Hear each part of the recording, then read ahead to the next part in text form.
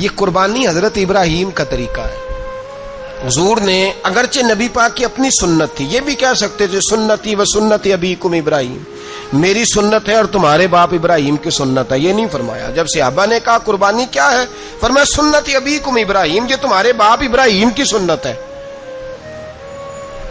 ہر صاحب نصاب پر قربانی واجب ہے.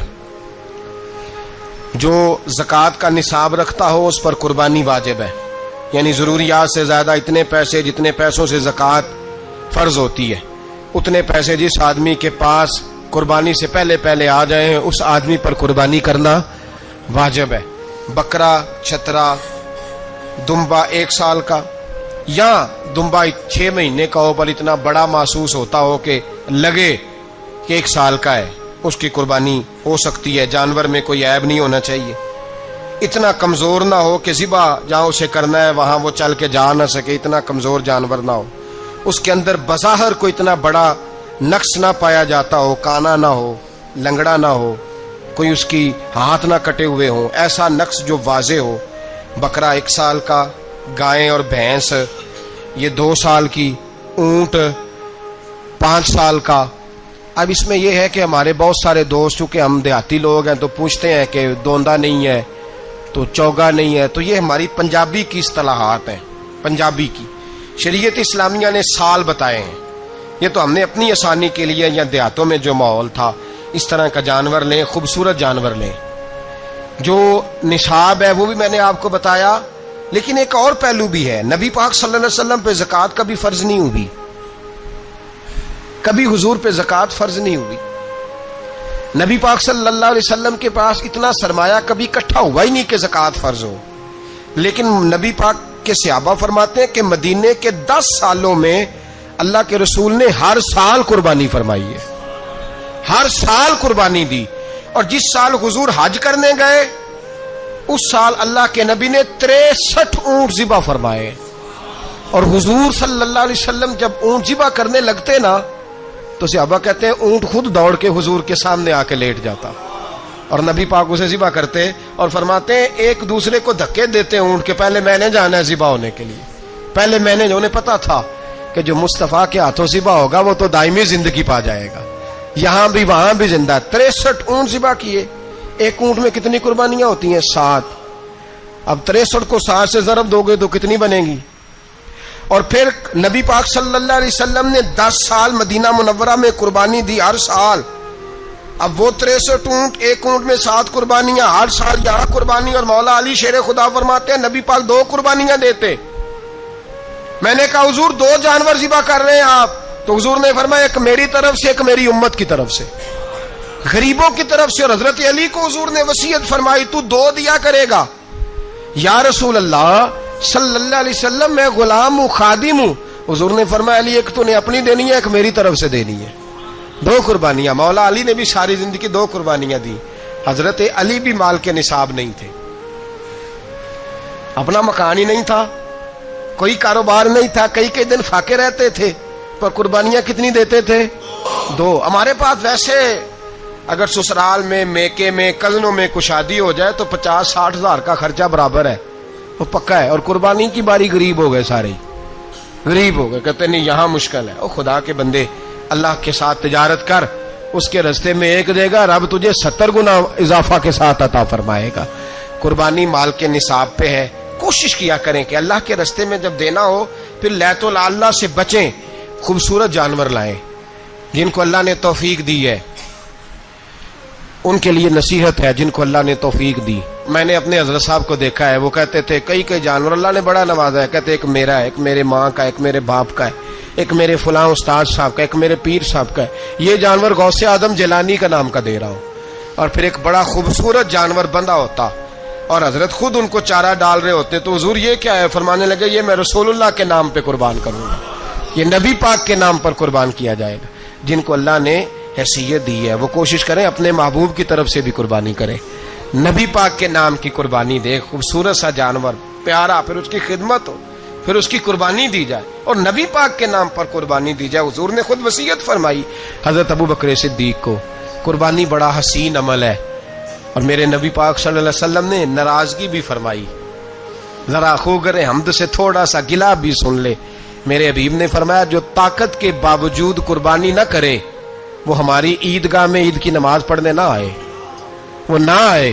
اور یا رسول اللہ جو کرے گا، فرمایا قربانی کے جانور کا خون کا قطرہ بعد میں زمین پہ گرے گا، اللہ اس کے سارے گناہ پہلے معاف فرما دے گا، اللہ اس کے سارے گناہوں کو بخشے گا.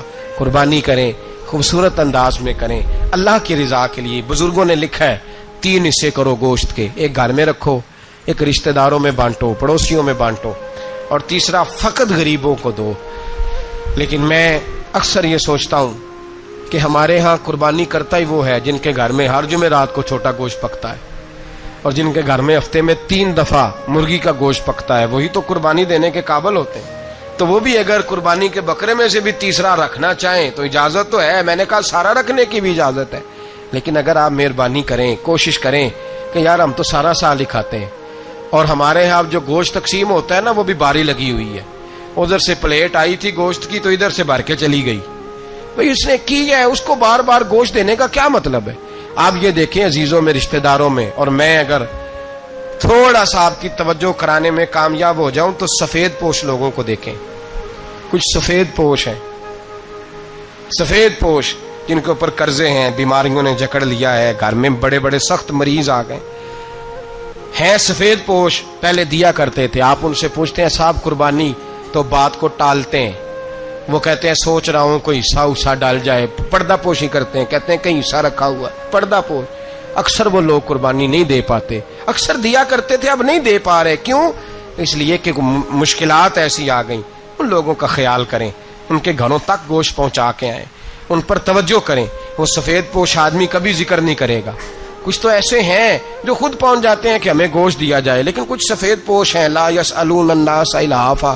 اللہ فرماتے کچھ لوگ لپٹ لپٹ کے سوال نہیں کرتے، سفید پوشی کا بھرم رکھتے ہیں، کا مزاج نہیں.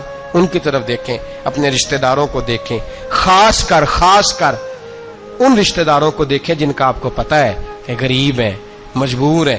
ان کے گھروں میں گوشت بھیجیں. غریب بیٹیوں، غریب بہنوں کا خیال کریں، اس طرف متوجہ ہوں، ان کے ساتھ اس نے سلوک کریں. صحابہ نے قربانی کے بارے میں حضور سے پوچھا ما هذه الاضحیہ، یا رسول اللہ صلی اللہ علیہ وسلم یہ قربانی کیا ہے؟ تو فرمایا سنت ابیکم ابراہیم، یہ تمہارے باپ حضرت ابراہیم کا طریقہ ہے، یہ تمہارے باپ حضرت، حالانکہ قربانی نبی پاک صلی اللہ علیہ وسلم کا بھی طریقہ ہے، لیکن فرمایا تمہارے باپ حضرت ابراہیم، حضرت ابراہیم کے ذکر کو باقی رکھا. اللہم صلی علی محمد وعلی آل محمد کما صلیت علی ابراہیم وعلی آل ابراہیم. ان کے تذکرے کو باقی رکھا. دین کے حکم ہو گیا ابراہیم علاقہ چھوڑ دو. حضرت ابراہیم علیہ السلام وہاں سے نکل کے مصر آئے، چچا کے پاس ٹھہرے. انہوں نے اپنی بیٹی جناب سارہ کا نکاح کر دیا. کچھ آگے بڑھے تو ایک ظالم بادشاہ سے ٹکرائے. اس نے ایک شہزادی، ایک بادشاہ کی بیٹی قید کی ہوئی تھی، جناب ہاجرہ نام تھا. ان کو قید سے چھڑا کے ساتھ لائے. حضرت لوط علیہ السلام بھی ساتھ. یہ 4 لوگوں کا قافلہ چلا، فلسطین میں جا کے پڑاؤ ڈالا، گھر بار چھوڑا، تبلیغ شروع ہوئی. حضرت ابراہیم کے گھر میں 2 خواتین ہیں، ایک آپ کی بیوی ہیں، ایک حضرت ہاجرہ ہیں. اولاد کوئی نہیں. حضرت ابراہیم نے ایک بچہ روتے ہوئے دیکھا تو آنکھوں میں آنسو آئے، کہنے لگے ربی حب لی من الصالحین، یا اللہ مجھے بھی نیک اولاد عطا کر دے. حضرت سارہ نے سن لیا، کہنے لگی ابراہیم شاید میرے بطن سے تو آپ کو نصیب نہیں، ہاجرہ سے نکاح کر لو. جناب ہاجرہ سے نکاح ہوا. اللہ تو بڑا بے نیاز ہے، رب کریم نے حضرت اسماعیل جیسا خوبصورت بیٹا عطا فرمایا. بیٹا کالا سیاہ بھی ہو تو سینے کی ٹھنڈک ہوتا ہے، پر یہ تو وہ بیٹا ہے جس کی پیشانی میں نور محمدی چمکتا ہے صلی اللہ علیہ وسلم. حضرت سیدنا اسماعیل علیہ اتنے خوبصورت. اب جس بیوی کے یہاں بیٹا تھا، بیٹھنا اٹھنا بھی زیادہ اس کے پاس، آنا جانا بھی اس کے پاس، توجہ ادھر ہو گئی. جناب سارہ رشک کرنے لگی. ایک دن کہنے لگی اسے چھوڑ آ جنگل میں، وادی غیر ذی زرع، مکے کے پاس.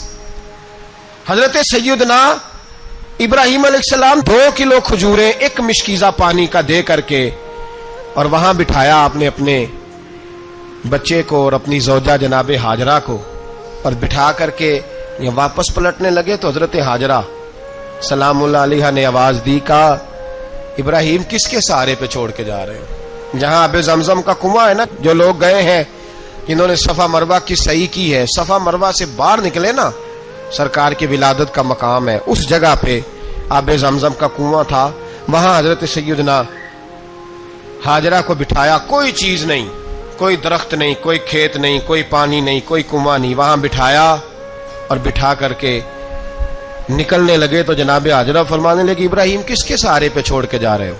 کہنے لگے اللہ کے سہارے پہ۔ تو پاک باز بی بی نے ایک لفظ پوچھا، کہا ابراہیم یہ میرے رب کا حکم ہے، یہ میرے، بس جن کا عقیدہ توحید مضبوط ہو ان کے لیے ایک جملہ کافی ہوتا ہے، یہ میرے اللہ کا حکم ہے۔ تو جناب ابراہیم علیہ السلام فرمانے لگے ہاجرہ ہاں رب کا حکم ہے۔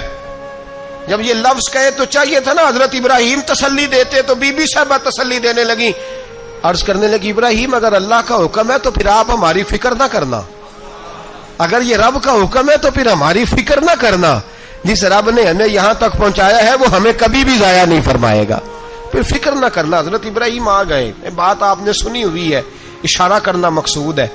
13 سال میں چلے مان بھی لیا جائے بعض روایات کی روشنی میں کہ آتے جاتے بھی رہے، لیکن مکمل دیکھ بھال اپنے بچے کی پرورش میں پورا حضرت ابراہیم علیہ السلام کا کردار، سارا کردار ماں کا تھا۔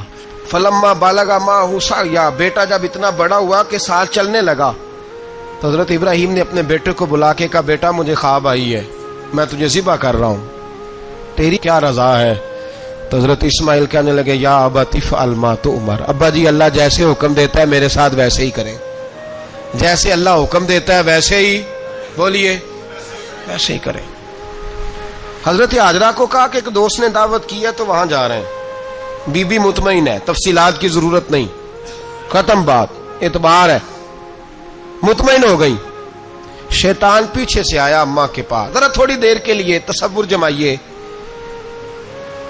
یہاں تو پڑوسن آ کے کوئی بات بتا دیتی ہے خاوند کے بارے میں تو کئی مہینے جھگڑا جاری رہتا ہے، پڑوسن محلے دار، شیطان نے آ کے بتایا لفظ کیا ہے؟ کہا حضرہ تمہیں پتا ہے کہاں جا رہے؟ کہا دوست کی دعوت میں۔ تو کہنے لگے دوست کون ہے؟ رب کریم، اور ابراہیم کا خیال ہے کہ اس رب نے مجھے حکم دیا ہے کہ میں ذبح کروں۔